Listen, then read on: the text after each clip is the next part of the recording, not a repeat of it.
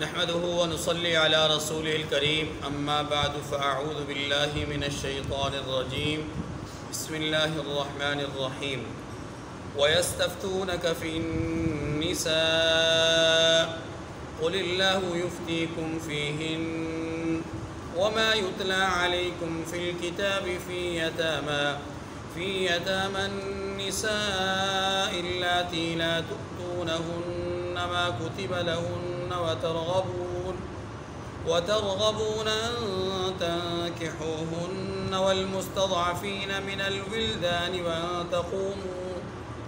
وأن تقوموا لليتامى بالقسط وما تفعلوا من خير فإن الله كان به عليما وإن امرأة خافت من بعلها نشوزا أو إعراضا فلا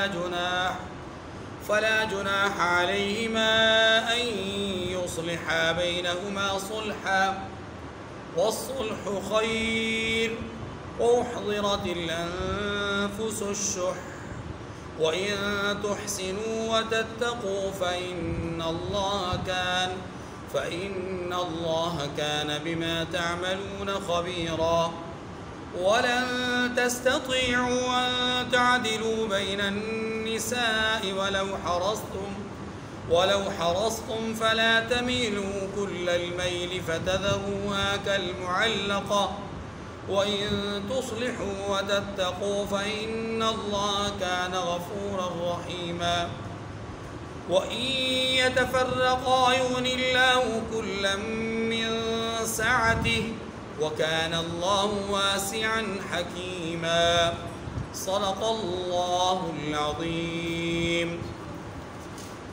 سورۃ النساء کی آیت نمبر 127 سے آیت نمبر 130 تک آج کے درس کا حصہ ہے۔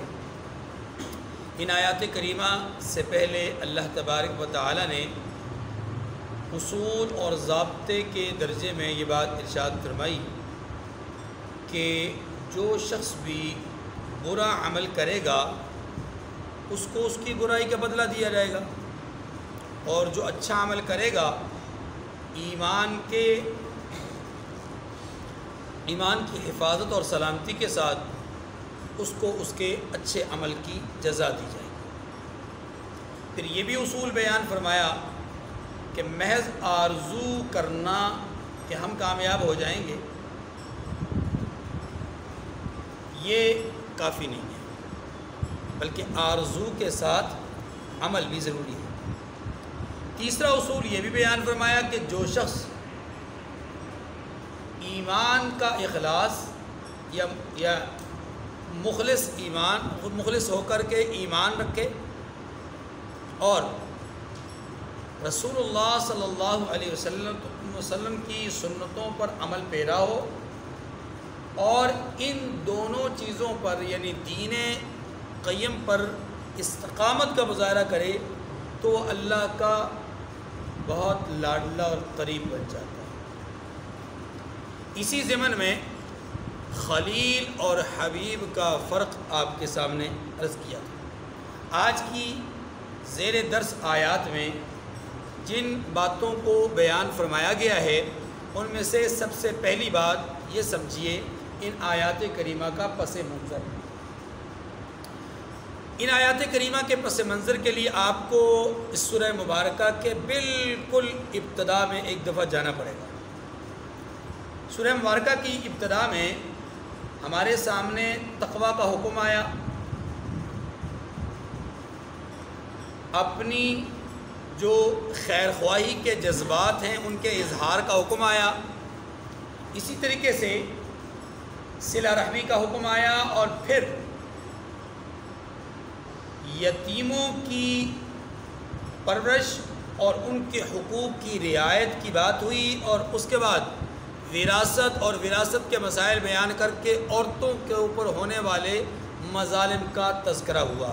یہ ساری تفصیل آپ کے سامنے آ چکی۔ اب آئیے اس اہم نقطے کی طرف کہ ابتدا میں دو باتیں، ایک یتیم کی پرورش کے حوالے سے اور دوسرا عورت کے حقوق کے حوالے سے بات ہوئی۔ اسلام سے پہلے عورتوں پر بہت زیادہ مظالم ڈھائے جاتے تھے، جس کی تفصیل آپ کے سامنے ہے۔ یتیموں کے حقوق کو سلب کیا جاتا تھا، اس کی تفصیل بھی آپ کے سامنے ہے۔ خلاصتاً یہ بات ذہن میں رکھ لیں کہ وراثت میں عورت کو، بچے کو حصہ نہیں دیا جاتا تھا، اور وجہ اس کی یہ تھی کہ وہ سمجھتے تھے کہ وارث وہی بن سکتا ہے جو صاحب جنگ و جدال ہو، جس کے اندر لڑنے بھیڑنے کی قوت اور صلاحیت موجود ہے۔ جس کے اندر لڑنے کی صلاحیت موجود نہیں، اسے وارث نہیں بنایا جا سکتا، لہذا بچہ ہو یا بچی نابالغ، اسے وارث نہیں بنایا جاتا تھا۔ ایسے ہی عورت کو وارث نہیں بنایا جاتا تھا۔ قرآن پاک نے اس ظلم اور ستم کو ختم کرنے کے لیے ابتدائی طور پر یہ حکم ارشاد فرمایا کہ وراثت میں عورت بھی شریک ہے، بچے بھی شریک ہیں۔ یہ بات سمجھائی۔ اب دوسری بات، وراثت میں جس طرح بچے شریک ہیں، اسی طریقے سے بعض اوقات بچوں میں بچیاں ہوتی ہیں، نابالغ بچیاں ہوتی ہیں، جن کو یتیم بچیاں کہا جا سکتا ہے۔ یتیم بچیوں کی پرورش بہت بڑا مسئلہ تھا، اور اس مسئلے کے حل کے لیے قرآن پاک نے یہ بتلایا کہ یا تو یتیم بچیوں کی پرورش ان کے محرمات، یعنی جو محرم رشتہ دار ہیں وہ کریں، جیسے چچا ہیں، ماموں ہیں، دادا ہیں، بھائی ہیں وغیرہ، اور اگر ان میں سے کوئی رشتہ موجود نہ ہو یا یہ نہ کر رہے ہو، ایسی صورت میں پھر حکم یہ دیا گیا کہ وہ رشتہ دار جو قریب ترین ہیں، جن کو عصبہ کہا جاتا ہے، جیسے چچا کے بیٹے ہیں، تایا کے بیٹے ہیں، ماموں کے بیٹے ہیں، خالہ پھپھو کے بیٹے ہیں، تو یہ قریبی رشتہ دار ہیں، اگرچہ یہ محرم نہیں ہیں لیکن قریب ترین رشتہ دار ہیں، ذوی العصب یہ عصبات ان کو کہا جاتا ہے۔ تو یاد رکھیے کہ پھر شریعت نے کہا کہ یہ لوگ پرورش کریں، لیکن پہلی صورت میں اور دوسری صورت میں فرق یہ تھا کہ جو محرم رشتہ دار اگر پرورش کرتا تو اس کے ساتھ تو نکاح جائز نہیں تھا، جو عصبہ میں سے کوئی پرورش کرے تو اس کے ساتھ نکاح بھی جائز ہے۔ اب یہاں پر جو ہمیں مسئلہ سمجھایا گیا تھا یا ہمارے سامنے مسئلہ آیا تھا وہ یہ تھا کہ یتیم بچیوں کی پرورش کرنے والا عصبہ میں سے ہو، یعنی جس کے ساتھ نکاح ہو سکتا ہو، تو اب دو صورتیں تھیں کہ آیا وہ نکاح اس کے ساتھ کر سکتا ہے کہ نہیں کر سکتا، تو جواب دیا گیا کہ اگر اس کی نیت میں فطور نہیں تو نکاح کر سکتا ہے۔ نیت میں فطور کا مطلب کیا تھا کہ وہ نکاح کر کے کہیں اس کے مال کو ہتھیانا تو نہیں چاہتا، اس کے حقوق کو سلب تو نہیں کرنا چاہتا، حق مہر میں کمی کرنا، اس کے حقوق کی پامالی کرنا، اگر یہ نیت ہو تو پھر وہ نکاح نہ کرے، اس کو نکاح کرنے کی اجازت نہیں۔ لیکن اگر یہ نیت نہ ہو تو پھر وہ نکاح کر سکتا ہے، ایک بات۔ دوسری بات یہ تھی کہ اگر کوئی آدمی یعنی عصبہ میں سے بچیوں کی پرورش کر رہا ہے، اپنا یتیم بچیوں کی، پھر ان کے مال کو دیکھ کر، ان کی خوبصورتی کو دیکھ کر رشتہ تو کر لے، لیکن انہیں کے حقوق نہ دے، تو قرآن نے کہا کہ یہ اپنے پیٹ میں آگ بھر رہے ہیں۔ یا اگر ان کا مال تو ہے، خوبصورت نہیں ہے، ان کی طرف قلبی رجحان نہیں شادی کا، خود بھی شادی نہیں کرنا چاہتا ان کے ساتھ، اور کسی اور کو بھی نکاح نہیں کرنے دیتا، اس لیے کہ اگر یہ کسی اور کے ساتھ نکاح کرے گی تو اپنا مال ادھر لے کے جائے گی، تو یہ مال دینا نہیں چاہتا۔ اس نیت اور ارادے سے اگر کوئی آدمی کسی بچی کو یعنی کسی لڑکی کو روکے رکھے نکاح سے، خود بھی نہ کرے، دوسرے سے بھی نہ ہونے دے، ایسی صورت میں بھی یہ آدمی اس کے مال کو ہتھیا رہا ہے اور یہ اپنے پیٹ میں آگ بھر رہا ہے۔ ٹھیک ہے جی۔ قرآن پاک نے ان دونوں صورتوں میں عورت اور بچی، یتیم بچیوں کے حقوق کے حوالے سے تفصیلی طور پہ حکم جاری فرمایا کہ یہ سب کچھ جو بات اپنا دور جاہلیت میں ہو رہا ہے یہ غلط ہے، لہذا اسلام کی آغوش میں جو احکامات آ رہے ہیں ان کے نزدیک، ان کے تناظر میں یہ سب غلط ہے، اس کو چھوڑ دینا چاہیے۔ یہ بات سمجھ گئی۔ اب آئیے پس منظر، یہ تھا پس منظر۔ اس پس منظر کو ذہن میں رکھتے ہوئے اب صحابہ کرام رضوان اللہ علیہم اجمعین کے دلوں میں کچھ عرصے کے بعد یہ خیال آیا کہ شاید وہ چونکہ رواج کے خلاف حکم آئے تھے، رواج تو وہی چل رہا تھا کہ بچیوں کو وراثت میں شریک نہیں کرنا، عورتوں کو وغیرہ وغیرہ، رواج کے خلاف چونکہ احکامات آئے تھے، تو ممکن ہے کہ اس میں کوئی تغیر و تبدل ہو، ممکن ہے کہ اس میں تنسیخ کا کوئی معاملہ ہو، ممکن ہے ان حکموں میں کوئی نرمی یا مزید کوئی سختی، کوئی اس طرح کا پہلو موجود ہو۔ اس لیے انہوں نے آپس میں مشاورت کر کے کچھ لوگوں نے رسول اللہ صلی اللہ علیہ وسلم کی بارگاہ میں آ کر سوال کیا، بارگاہ رسالت میں آ کر سوال کیا۔ سوال کیا تھا کہ یا رسول اللہ صلی اللہ علیہ وسلم، عورتوں کے حوالے سے، یتیم بچیوں کے حوالے سے، یا ان کمزور لوگوں کے حوالے سے جو وراثت وغیرہ کے مسائل میں جو احکامات آئے تھے، کیا وہ احکامات ابدی تھے یا ان میں تغیر و تبدل کا امکان موجود ہے؟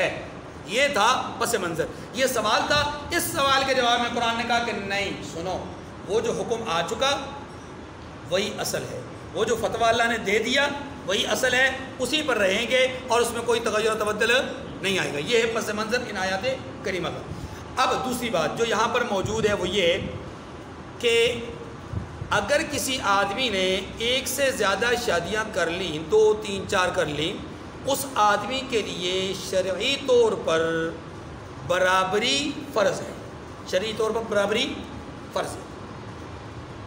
یہ دوسرا مسئلہ ہے۔ اب برابری کن چیزوں میں ہوگی یہ بات ذرا سمجھ لیجیے۔ مثال کے طور پر ایک آدمی کی 2 بیویاں ہیں اور وہ خرچہ دینا چاہتا ہے نقدی کے اعتبار سے، تو اس کو شریعت یہ کہتی ہے کہ آپ برابر سرابر خرچ دیں گے۔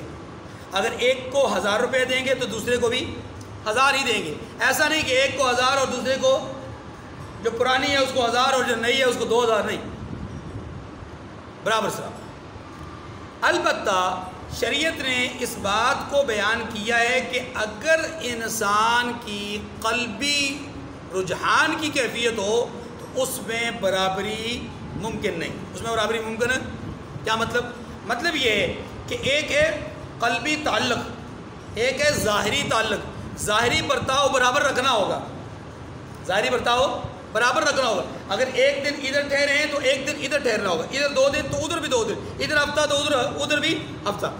لیکن یہ ہے ظاہری برتاؤ۔ ان کو اگر لا کر کے 1 کلو انار دیے ہیں تو ان کو بھی لا کر 1 کلو انار دینے پڑیں گے۔ انہیں لا کر کے یہ کیا کہتے ہیں اس کو، انگور جو بڑا اچھا اعلیٰ قسم کا ہے، سندر خانی، ادھر اگر سندر خانی لایا گیا ہے تو ادھر بھی سندر خانی۔ یہ نہیں کہ ایک کو سندر خانی تو دوسرے کو دیسی، ایسا نہ ہو۔ ایک کو کندھاری انار لا کر دیا تو دوسرے کو دیسی انار، ایسا نہ ہو۔ ایک کے جو ہے وہ کالا کاکو کیا کہتے ہیں اس کو، جو سیب ہے جی اچھا والا، پتہ نہیں کتنے آپ آ گئے۔ چلیں، ایک کو اچھے قسم کے سیب لا کر دیے دوسرے کو ہلکے قسم کے، یہ درست بات۔ ظاہری اعتبار سے جو بھی کرنا ہے وہ برابر سرابر کرنا۔ توجہ میری طرف سے، ظاہری اعتبار سے جو کچھ کرنا ہے وہ برابر سرابر۔ البتہ باطنی اعتبار سے، قلبی اعتبار سے برابری ممکن نہیں۔ کیسے؟ جیسے مثال کے طور پر ایک آدمی کا ذہنی قلبی رجحان کسی بھی وجہ سے، علم کی وجہ سے، خوبصورتی کی وجہ سے، کام کاج کی وجہ سے، اخلاق کی وجہ سے، اچھے برتاؤ اور رویے کی وجہ سے ایک طرف زیادہ ہو گیا دوسری طرف کم ہے، تو یاد رکھیے یہ برابری ممکن نہیں، لہذا یہ فرض بھی نہیں۔ یہ فرض بھی، رسول کائنات صلی اللہ علیہ وسلم کی 9 بیویاں ایک وقت میں تھیں، اور اللہ کے رسول صلی اللہ علیہ وسلم نے ان 9 بیویوں کو مکمل حقوق دیے اور برابری والے حقوق دیے۔ ظاہری طور پر تمام حقوق آپ کے برابری والے تھے، لیکن باطنی طور پر اللہ کے رسول نے کیا ارشاد فرمایا؟ اللہم ھذا قسمی، اے اللہ یہ میری تقسیم ہے جو میں نے کر لی، یہ کچھ میں کر سکتا ہوں، یہ برابری سرابری میں کر سکتا ہوں۔ کس میں؟ فیما املکو، ان امور میں جن میں میں مالک ہوں، جن میں مجھے اختیار ہے، ان امور میں میں نے برابری کر لی۔ فلا تلمنی، اے اللہ مجھے مت ملامت کرنا ان امور میں، فیما تملکو ولا املک، کہ جن میں آپ مالک ہیں میں مالک نہیں۔ مراد کیا ہے؟ مراد یہ کہ جو میرے اختیاری امور ہیں، اختیاری کام ہیں، ان میں تو میں برابری کر سکتا ہوں اور کی بھی ہے اور کروں گا بھی، لیکن جن امور میں میں بے اختیار ہوں ان میں میں برابری نہیں کر سکتا، اے اللہ اس میں مجھ پر گرفت کا معاملہ نہ ہو۔ جیسے قلبی رجحان آپ صلی اللہ علیہ وسلم کا تمام ازواج مطہرات میں سے، زندہ 9 بیویوں میں سے سب سے زیادہ کس کی طرف تھا؟ سیدہ عائشہ رضی اللہ عنہا کی طرف، اور جو 2 بیویاں دنیا سے چلی گئی تھیں ان میں سے جو سب سے زیادہ آپ کا قلبی رجحان تھا وہ سیدہ خدیجہ الکبریٰ رضی اللہ عنہا سے تھا۔ تو اس لحاظ سے اگر ہم دیکھیں تو یہ قلبی رجحان ہوتا ہے. جیسے ایک والد کا اپنے 4 5 6 بیٹوں میں سے بچوں اولاد میں سے 1 2 کی طرف قلبی رجحان بڑھ جاتا ہے تو یہ کیا ہے؟ بے اختیار ہے، یعنی اختیاری نہیں ہے. اور جو چیز اختیاری نہیں ہوتی وہ اس میں بندہ مکلف بھی نہیں ہوتا. تو یہ بات سمجھ لیجئے کہ یہاں پر یہ سمجھایا گیا دوسرا مسئلہ کہ برابری تو فرض ہے لیکن ان امور میں جن میں بندے کو اختیار ہو. جن امور میں اختیار نہیں ان میں برابری فرض ہے. 2 باتیں ہو گئیں. تیسری اور آخری بات جو سمجھا کر کے میں بات آگے چلاتا ہوں، ترجمہ پڑھتے ہیں. تیسری اور آخری بات یہ ہے کہ میاں یا بیوی، خامند یا بیوی کے درمیان اگر بعض اوقات حالات ایسے ہو جائیں کہ ناچاکیاں پیدا ہو جائیں تو ناچاکیوں کی وجوہات کیا ہوں گی، کس کی طرف سے ہوں گی، اس کے لیے تھوڑی سی وضاحت. اگر ناچاکی کی وجوہات عورت کی طرف سے ہوں، یعنی جو بے رخی کا مظاہرہ ہے، نفرت کا مظاہرہ ہے یا جھگڑے کا مظاہرہ ہے یا یعنی جدال کا معاملہ ہے، تو عورت کی طرف سے ہو تو پھر خامند کو جو حکم دیا گیا وہ ہم تفصیل سے پہلے پڑھ چکے. میں اس کا اشارتاً خلاصتاً عرض کر دیتا ہوں. وہاں خامند کو یہ حکم دیا گیا کہ پہلا کام خامند یہ کرے کہ اپنی بیوی کو سمجھائے کہ وہ ان حرکتوں سے باز آ جائے. نمبر 2، اگر سمجھانے سے سمجھ جائے تو ٹھیک، نہ سمجھے تو پھر دوسرا طریقہ یہ بتایا گیا کہ وَاهْجُرُوهُنَّ فِي الْمَضَاجِعِ، ان کا بستر الگ کر دیا جائے. بستر، اپنے بستر سے ان کا بستر جدا کر دیا جائے. یہ بھی ایک بہت بڑا سبق ہوتا ہے، بہت بڑی نصیحت ہوتی ہے. اگر اس سے سمجھ جائے تو بہت اچھی بات، جھگڑا ختم ہو سکتا ہے، اختلاف ختم ہو سکتا ہے. لیکن اگر اس سے بھی نہ سمجھے تو پھر شریعت نے یہ کہا وَاضْرِبُوهُنَّ، پھر انہیں ہلکی پھلکی مار بھی مارے، یعنی ہلکا پھلکا تھپڑ وغیرہ بھی ان کو ضرب لگا دے، جس سے ہو سکتا ہے ان کو یہ بات سمجھ میں آئے کہ شاید بعض اوقات کسی انسان کو نرمی سے بات سمجھ میں نہیں آتی، سختی سے تو اس طرح سختی کر لینے سے اس کو سمجھ میں آ جائے. لیکن ایسی مارنا کہ جس سے نشان پڑے یا وحشیانہ طور پہ درندگی کے ساتھ مارنا، اس کی شرعاً قطعاً اجازت نہیں ہے. یہ آدمی صفاق اور درندہ کہلائے گا اگر یہ اتنے زور سے اور تشدد کرے اور اتنے زور سے مارے اور تشدد کرے. اس کی اجازت نہیں. ہلکی پھلکی ضرب کی اجازت ہے، اور اس کی اجازت بھی صرف اس لیے دی گئی تاکہ عورت کو یہ اندازہ ہو کہ میرا خامند صرف مجھ سے محبت ہی نہیں کرتا بلکہ ہو سکتا ہے کسی موقع پر یہ مجھ پر سختی بھی کر سکتا ہے. اگر سختی کے خوف سے وہ باز آ جائے تو بہت بہتر. اگر اس سے بھی باز نہ آئے تو پھر شریعت نے کہا ہے کہ مرد کی طرف سے بھی اور عورت کی طرف سے بھی حکم مقرر ہوں، خاندان میں سے بڑے آپس میں بیٹھیں اور بیٹھ کر کے معاملات کو حل کریں. آپ غور کیجئے، پہلی تینوں صورتوں میں تمام تر معاملات میاں بیوی کے درمیان ہیں. سمجھانے کا معاملہ میاں بیوی کے درمیان، بستر الگ کرنے کا معاملہ میاں بیوی کے درمیان، مارنے کا معاملہ میاں بیوی کے درمیان. معلوم یہ ہوا کہ حد الامکان میاں بیوی کو اپنے معاملات گھر کی 4 دیواری سے باہر نہیں لے جانے چاہیے، اپنے کمرے سے باہر دوسرے لوگوں تک نہیں لے کے جانے چاہیے. ٹھیک ہے، لیکن اگر صلح صفائی کا معاملہ نہ ہو تو پھر چوتھی صورت یہ ہے کہ پھر خاندان کے افراد کو بٹھایا جائے اور وہ معاملے کو حل کریں. اگر ان کی طرف سے تصفیہ ہو جائے تو ٹھیک ہے، نہیں تو پھر عدالت کی طرف رجوع کریں اور عدالت عظمیٰ یا عدالت جو ہے وہ اس حوالے سے اپنا کردار اور حکومت اپنا کردار ادا کرے. ٹھیک ہے جی. یہ صورت تب تھی کہ جب اختلاف اور نزاع عورت کی طرف سے ہو. لیکن اگر نزاع اور اختلاف مرد کی طرف سے ہو، یعنی عورت کو مرد پسند نہیں آ رہا، مرد کے اندر اس طرح کے معاملات ہوں، پھر عورت کو یہ کہا گیا ہے کہ دیکھو تمہارے لیے حکم یہ ہے کہ تم بھی بہتر یہ ہے کہ اپنے معاملات کو خوش اسلوبی سے کرنے کی کوشش کرو اور خوش اسلوبی سے چلانے کی کوشش کرو. لیکن اگر عورت کو یہ خدشہ ہو کہ مرد کی طرف سے جو بے رخی ہے اس کی بنیادی وجہ میری عمر ہے، میری کمزوری ہے، اگر عورت کو یہ خدشہ ہو کہ مرد کی طرف سے بے رخی کی وجہ میری طرف یعنی میری اولاد نہ ہونا ہو مثال کے طور پر، یا مرد کی طرف سے جو بے رخی ہے میری عدم خوبصورتی ہے، مرد کی طرف سے جو بے رخی ہے میرا اکھڑ پن ہے یا میرے رویے میں تضاد، تو پھر ایسی صورت میں عورت کو چاہیے کہ وہ اپنے مرد کو منانے کے لیے اپنے حقوق میں نرمی پیدا کرے. دیکھیں بڑا یہ شریعت نے بڑا ایک اہم ضابطہ بیان کیا. عورت کو چاہیے کہ اپنے حقوق میں کیا کرے, اپنے مطالبات میں کمی لائے. مثلا اس کا مطالبہ یہ ہے کہ مجھے ماہانہ بنیاد پہ کھانے پینے اور دیگر معاملات کے علاوہ مجھے 5,000 روپے دیا جائے خرچے کے طور پر. وہ اپنے مطالبات میں کمی کر دے, اپنے خامن سے کہے مجھے 5,000 کی ضرورت نہیں ہے, مجھے صرف اپنے گھر میں اپنی بیوی بنا کر رکھو اور میں مطلب آپ سے الگ نہیں ہونا چاہتا. ہو سکتا ہے اس سے آپ کے خامن کے دل میں آپ کے لیے کچھ جگہ بن جائے. اگرچہ آپ کی عمر زیادہ ہے, اگرچہ آپ کا حسن اتنا زیادہ نہیں, اگرچہ آپ کے اپنا اخلاق اتنے اچھے نہیں, لیکن آپ نے اپنا مطالبہ چھوڑ دیا تو نتیجتاً ہو سکتا ہے آپ کے خامن کے دل میں آپ کے لیے نرمی پیدا ہو جائے. یہ پہلی صورت بتائی گئی. اور اگر شریعت نے کہا کہ یہ صورت پر بھی عمل درآمد نہ ہو سکتا ہو تو پھر عورت کو یہ حق ہے کہ وہ اپنے لیے علیحدگی کا مطالبہ کر لے. علیحدگی کا یہ حق.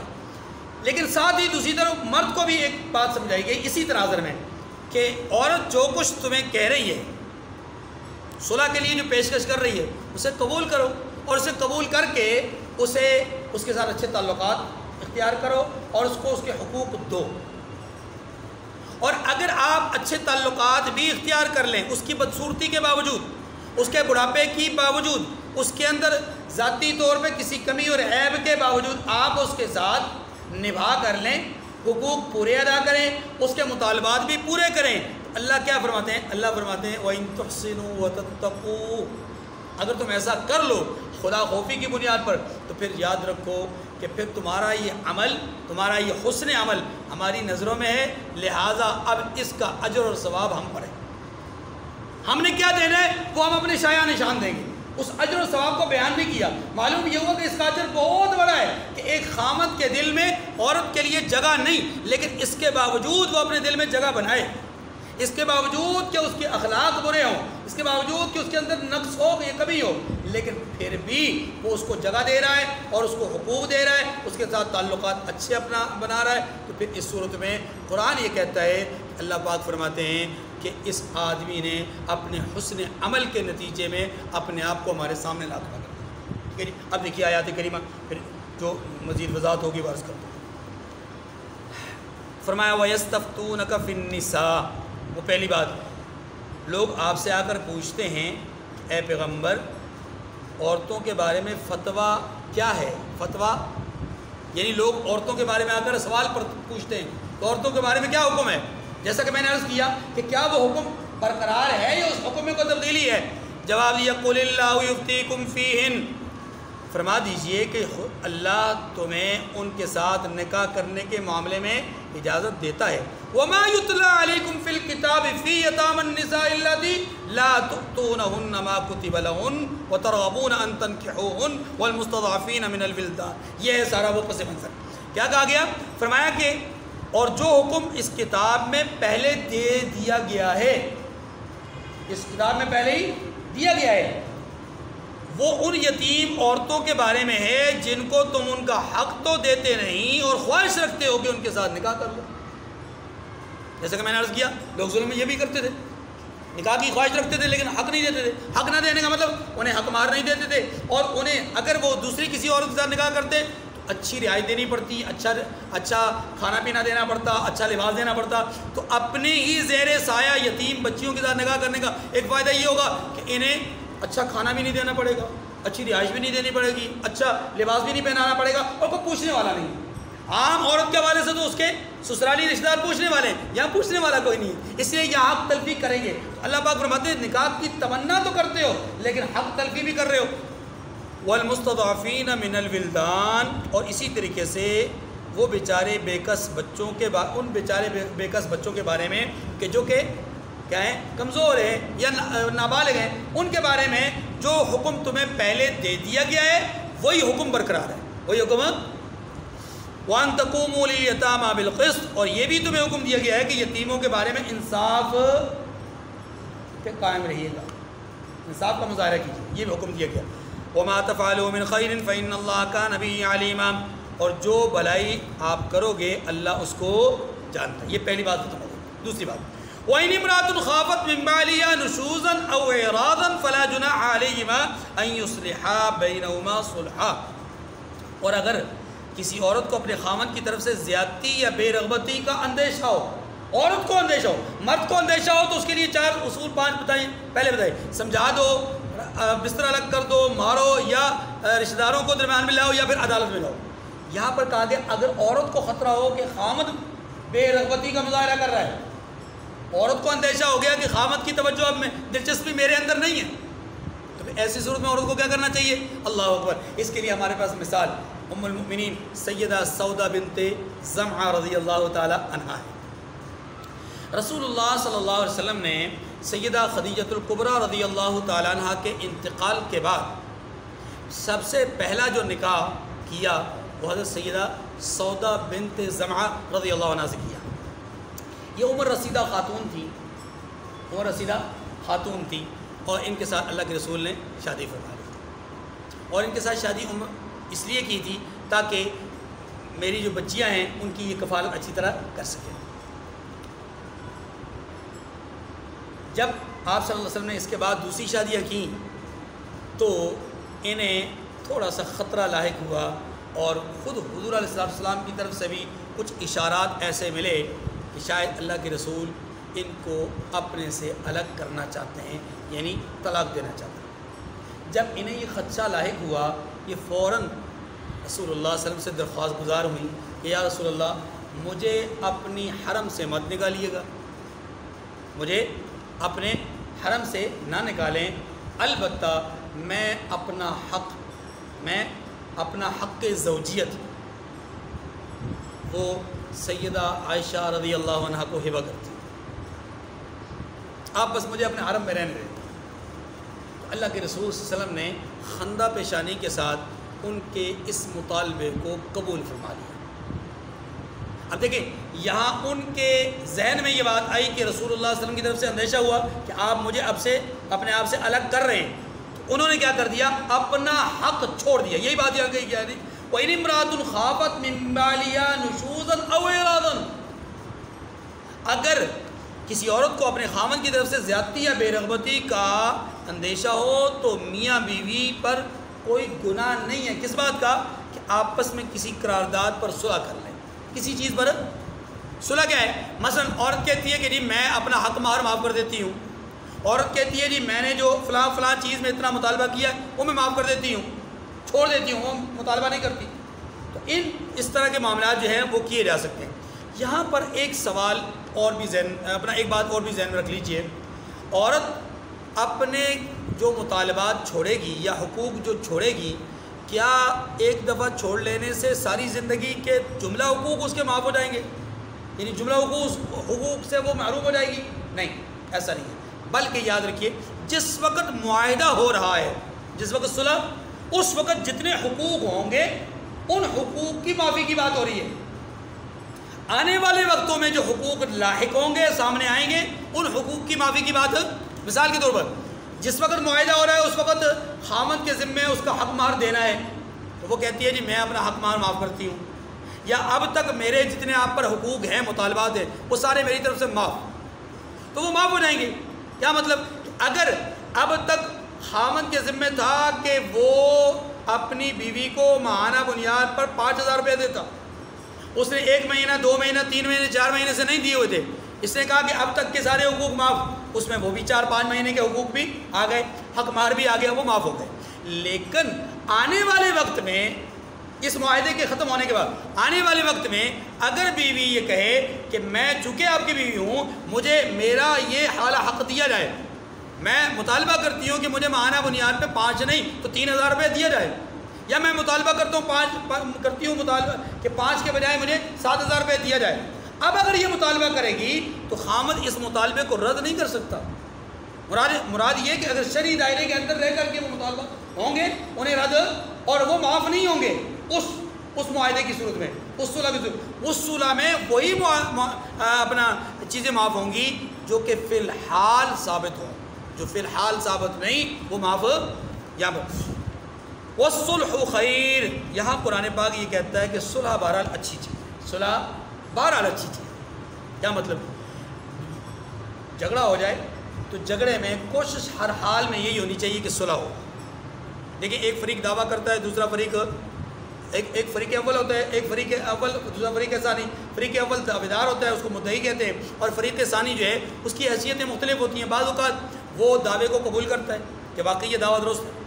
اگر ایسا ہو جائے تو پھر تو صلح کرانا بڑی آسان ہوتی ہے. اور اگر ایسا نہ ہو، فریق ثانی نہ انکار کرے نہ اقرار کرے، تو ایسی صورت میں صلح کرانا آسان تو نہیں، لیکن پھر بھی امکان موجود ہوتا ہے، امکان موجود ہوتا ہے صلح کا، کہ بھائی ابھی نہیں بول رہا، ہو سکتا ہے آنے والے وقت میں یا اقرار کر لے یا انکار کر کے کسی ایک طرف جائے گا تو سمجھانا آسان ہو جائے گا. اور تیسری صورت یہ ہوتی ہے کہ فریق ثانی سرے سے انکار کر دے کہ میں اس دعوے کو مانتا ہی نہیں. اگر ایسی صورت ہو تو پھر فقہا کی دو قسمیں ہیں. ایک قسم فقہا کی یہ ہے جو کہ یہ کہتے ہیں کہ اگر فریق ثانی انکار کرے گا، دعوے کا انکار کرے، تو اس صورت میں فقہا یہ کہتے ہیں کہ پھر ان کے درمیان صلح کرانا جائز نہیں. مطلب یہ کہ چونکہ اب یہ صلح کے لیے قائل نہیں ہوں گے، مانیں گے نہیں، جب ماننا ہی نہیں ہے تو صلح کرانے کے لیے یہ تگ و دو کرنا بیکار ہے. دوسرے فریق جو کہ جمہور کی رائے ہے وہ یہ ہے کہ نہیں، صلح تو بہرحال کروانی چاہیے. والصلح خیر، صلح، کیونکہ قرآن پاک نے کہا ہے وَإِن طَائِفَتَانِ مِنَ الْمُؤْمِنِينَ اقْتَتَلُوا فَأَصْلِحُوا بَيْنَهُمَا. اگر مومنوں کی دو جماعتوں کے درمیان بھی آپس میں لڑائی جھگڑا ہو جائے تو ان کے درمیان کیا کراؤ؟ صلح کراؤ. یہ ہماری ذمہ داری ہے، معاشرے کی، خاندان کی، برادری کی ذمہ داری ہے کہ وہ لوگوں کے درمیان میں دو افراد ہوں، دو گھرانے ہوں، دو خاندان ہوں، دو پارٹیاں ہوں، دو جماعتیں ہوں، دو ملک ہوں. صلح کروانا اچھی بات ہے. اور صلح پسند لوگ جو ہوتے ہیں وہ اللہ کو بہت پسند ہوتے ہیں. اور جو صلح کے مقابلے میں جو اختلاف اور انتشار کی پسندیدگی رکھنے والے لوگ ہوتے ہیں وہ اللہ کو پسند نہیں ہوتے. والصلح خیر، فرمایا صلح خوب اور اچھی چیز ہے. وحضرت الانفس الشح، یہاں پر ایک بڑی بات قرآن پاک نے کہی، فرمایا طبیعتیں تو بخل کی طرف مائل ہوتی ہیں. طبیعتیں تو کیا مطلب؟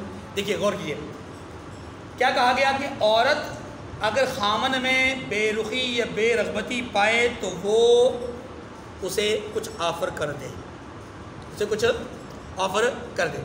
اب اس کا کچھ مال کی آفر کرنا یا اپنے حق کو چھوڑنے کی آفر کرنا، یہ بھی ایک مالی نقصان کی بات ہے نا. تو مالی نقصان میں بعض اوقات انسان کے دل میں بخل پیدا ہوتا ہے، حرص پیدا ہوتی ہے. اسی طریقے سے اس کا مد مقابل مرد ہے، تو مرد کے دل میں تمنا، آرزو اور طلب ہے. اور وہ طلب کیا ہے کہ میں اچھی چیز رکھوں، اچھی عورت رکھوں، یا کم از کم یہ کہ اگر عورت اچھی نہیں ہے تو اس پر خرچہ زیادہ نہ ہو، یعنی میرے اخراجات کم از کم ہو. تو اس کم از کم اخراجات کی تمنا اور طلب اس کے دل میں بھی ہے، اور عورت کے دل میں بھی ہے کہ میں اپنا مال خرچ کر کے اپنا گھر بسا لوں. اسے گھر بسانے کی فکر ہے اور اسے اپنے اخراجات میں کمی کی فکر ہے. تو دونوں میں ہی ہے نا معاملہ. اسی کی طرف اشارہ کیا کہ یہ جو بخل ہے، یہ طمع ہے، یہ حرص ہے، یہ جو لالچ ہے، یہ ہر قلب میں اللہ تعالیٰ نے کچھ نہ کچھ ڈال رکھی ہے. طبیعت تو بخل کی طرف مائل ہوتی ہیں. وَإِن تُحْسِنُوا وَتَتَّقُوا فَإِنَّ اللَّهَ كَانَ بِمَا تَعْمَلُونَ خَبِيرًا. یہ وہ بات ہے کہ اگر خامد باوجود اس کے کہ عورت سے اس کا دل مائل نہیں عورت کی طرف، لیکن پھر بھی اس کے ساتھ نبھا اچھا کر رہا ہے اور اس کے حقوق کو بھی پورا ادا کر رہا ہے، اس کی طرف سے کسی اپنا کیا کہتے ہیں اس کو پیشکش کو قبول نہیں کر رہا، بلکہ اس کے مطالبات کو پورا کر رہا ہے، نبھا بھی اچھا کر رہا ہے، مطالبات کو بھی پورا کر رہا ہے. تو اللہ کیا فرماتے ہیں وَإِن تُحْسِنُوا وَتَتَّقُوا، اگر تم نیکوکاری اور پرہیزگاری اختیار کرو گے اللہ تمہارے سبھی کاموں سے واقف، یعنی تمہارا یہ عمل، حسن عمل اللہ کی نظر میں ہے، لہذا اللہ اس کو اپنی طرف سے اجر و ثواب کی صورت میں عطا فرمائیں گے. اگلی بات وَلَن تَسْتَطِيعُوا أَن تَعْدِلُوا بَيْنَ النِّسَاءِ وَلَوْ حَرَصْتُمْ فَلَا تَمِيلُوا كُلَّ الْمَيْلِ فَتَذَرُوهَا كَالْمُعَلَّقَةِ وَإِن تُصْلِحُوا وَتَتَّقُوا فَإِنَّ اللَّهَ كَانَ غَفُورًا رَحِيمًا. یہ جملہ اس کو ذرا سمجھیے، اس آیت کریمہ کو سمجھیے گا. قرآن پاک نے اس سے پہلے یہ کہا تھا ابتدا میں، سورت کی ابتدا میں، اگر تم 2 شادیاں کرنا چاہو تمہیں اجازت ہے، 3 کرنا چاہو اجازت ہے، 4 کرنا چاہو اجازت ہے، لیکن شرط یہ کہ انصاف کرو. شرط یہ کہ اگر تم انصاف کر سکتے ہو تو 2 3 4 شادیاں کر سکتے ہو، لیکن اگر انصاف نہیں کرو گے تو پھر تمہارے لیے فواحدہ، پھر ایک ہی شادی ہے. یہ بات پہلے سمجھ آئی؟ گویا وہاں اجازت دی گئی کہ ایک سے زیادہ شادیاں کر سکتے ہو. اس آیت کریمہ میں کیا کہا گیا؟ وَلَن تَسْتَطِيعُوا أَن تَعْدِلُوا بَيْنَ النِّسَاءِ. کیا جملہ ہے؟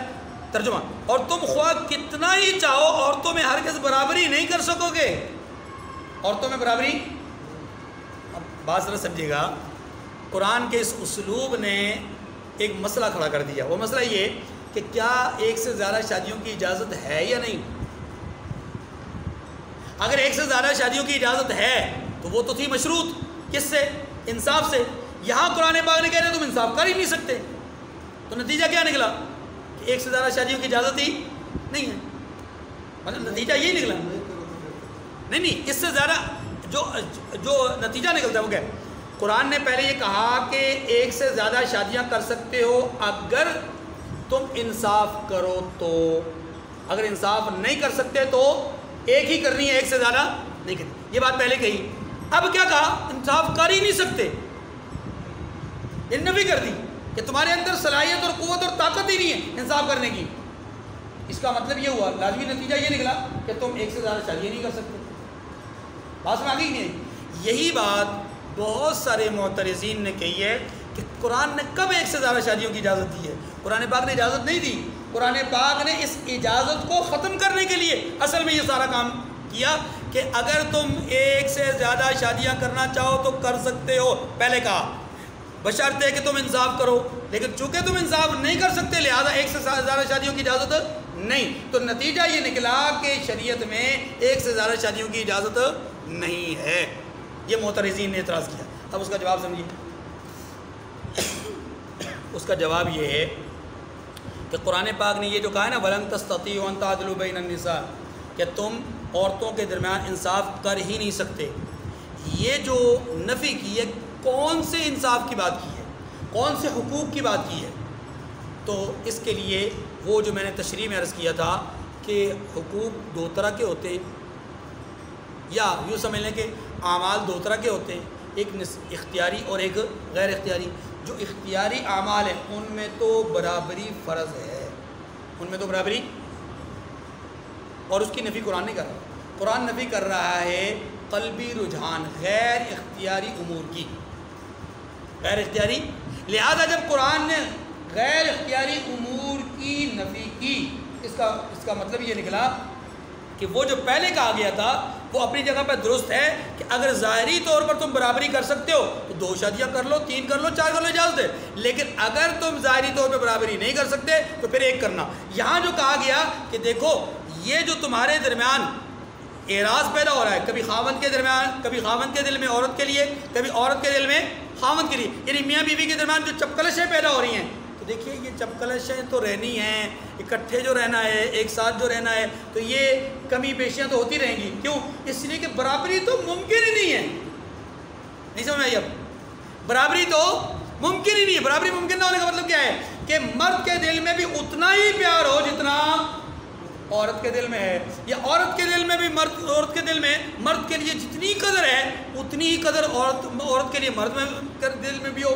ایسا برابر رکھنا، برابر کرنا، برابر ہونا ممکن نہیں ہے، کیونکہ یہ ایک غیر اختیاری عمل ہے، ایک غیر جانبین کا گیا ہے، غیر. اسی لیے کہا گیا وَلَن تَسْتَطِيعُوا أَن تَعْدِلُوا بَيْنَ النِّسَاءِ، تم عورتوں کے درمیان میں عدل اور انصاف نہیں کر سکتے. یعنی اگر تم عورتوں کو پسند کرتے ہو یا ناپسند کرتے ہو تو تمہارا پسند کرنا ناپسند کرنا کیا اصولی درجے میں ہے یا غیر اصولی درجے میں؟ اگر اصولی درجے میں ہے تو اس کی کیفیت کچھ اور ہے، غیر اصولی درجے میں ہے اس کی کیفیت اور. اس لیے کہا یہ گیا کہ دیکھو یہ تمہارا رجحان ہے قلبی، اور قلبی رجحان پر کسی کا کوئی اختیار نہیں ہوتا، لہذا تم انصاف نہیں کر سکتے. اچھا جی، وَلَوْ حَرَصْتُمْ فَلَا تَمِيلُوا كُلَّ الْمَيْلِ، ایسا بھی نہیں کرنا. اگر چونکہ تم انصاف نہیں کر سکتے لہذا ایسا بھی نہ کرنا کہ ایک ہی طرف ڈھل جاؤ، ایک ہی طرف. یہ جملہ بتلاتا ہے کہ اس کا مطلب یہ ہوا، اس کا مطلب یہ ہوا کہ شادیوں کی اجازت ایک سے زیادہ کی ہے، ورنہ قرآن یوں نہ کہتا. قرآن یہ کہتا کہ بھائی پھر تمہیں شادی، چونکہ تم انصاف نہیں کر سکتے لہذا ایک سے زیادہ شادیاں نہ کرنا. قرآن نے کہا ایک سے زیادہ، یعنی تم درمیان میں انصاف نہیں کر سکتے لہذا تم ایسا نہ کرنا کہ کسی ایک طرف تمہارا میلان زیادہ ہو جائے دوسری طرف کم ہو جائے. تو یہ جملہ بتلاتا ہے کہ ایک طرف زیادہ میلان ہو دوسری طرف کم. تو اس کا مطلب ایک سے زیادہ ہوں گی تو ملان ہوگا. فلا تمیلوا کل المیل، فرمایا کہ ایسا نہ ہو کہ ایک طرف ڈل جاؤ. فتذروها کالمعلقہ، اس صورت میں دوسری کو ایسی حالت میں چھوڑ دو کہ گویا ادھر، ہاں ایسی حالت میں چھوڑ دو کہ گویا کہ وہ آدھے میں لٹک رہی ہے. آدھے میں کیا مطلب؟ مطلب یہ کہ نہ وہ ادھر کو ہے نہ وہ ادھر کو ہے، نہ تو وہ چھوڑی جا رہی ہے اور نہ ہی وہ بسائی جا رہی ہے. دیکھیں ایک کو زیادہ ترجیح دو دوسری کو کم ترجیح دو، یہ جملہ بتلاتا ہے کہ اس کا مطلب ہے کہ ایک سے زیادہ شادیوں کی اجازت ہے. آگے وَإِن يَتَفَرَّقَا يُغْنِ اللَّهُ كُلًّا مِّن سَعَتِهِ، اور اگر میاں بیوی میں موافقت نہ ہو سکے اور ایک دوسرے سے جدا ہو جائیں تو اللہ ہر ایک کو اپنی دولت سے غنی کر دے گا. کیا مطلب ہے؟ مطلب یہ کہ اگر خاوند نے بیوی کو طلاق دے دی یا بیوی نے خاوند سے علیحدگی اختیار کر لی خلا کی صورت میں، ناموافق حالات تھے، جدائیگی ہو گئی. اب قرآن کیا کہتا ہے؟ قرآن یہ کہتا ہے جدائیگی ہونے کے بعد ایسا نہیں ہے کہ دنیا ختم ہو گئی، دنیا ختم نہیں ہوئی. خاوند کو کوئی اور بیوی مل جائے گی اور بیوی کو کوئی اور ٹھکانہ مل جائے گا. ایسا نہیں ہے کہ اس عورت کی زندگی کا رزق اور ٹھکانہ اور سارے معاملات اسی خاوند سے وابستہ تھے، اور ایسا بھی نہیں کہ اس خاوند کی ساری زندگی کی محبتیں اور فریفتگیاں اسی عورت میں تھیں. علیحدہ ہو جائیں گے تو کوئی بات نہیں. یغنی اللہ کلا من سعتہ، ہر ایک کو اپنی وسعت اور گنجائش کے مطابق اللہ تبارک و تعالیٰ غنی فرما دیں گے. وکان اللہ واسعا حکیما، کیونکہ اللہ تبارک و تعالیٰ وسعت والے ہیں اور حکمت والے ہیں. ہر بات کی حکمت اللہ ہی جانتے ہیں. یہاں پر بھی دیکھیے کہ آیا بسانا ہے یا اجاڑنا ہے، اس حکمت کو اللہ ہی جانتے ہیں. لیکن اگر بسائیں گے تو تب بھی وسعتیں اللہ دیں گے، اور اگر اجاڑیں گے تو تب بھی وسعتیں اللہ دیں گے. وآخر دعوانا ان الحمد للہ رب العالمین.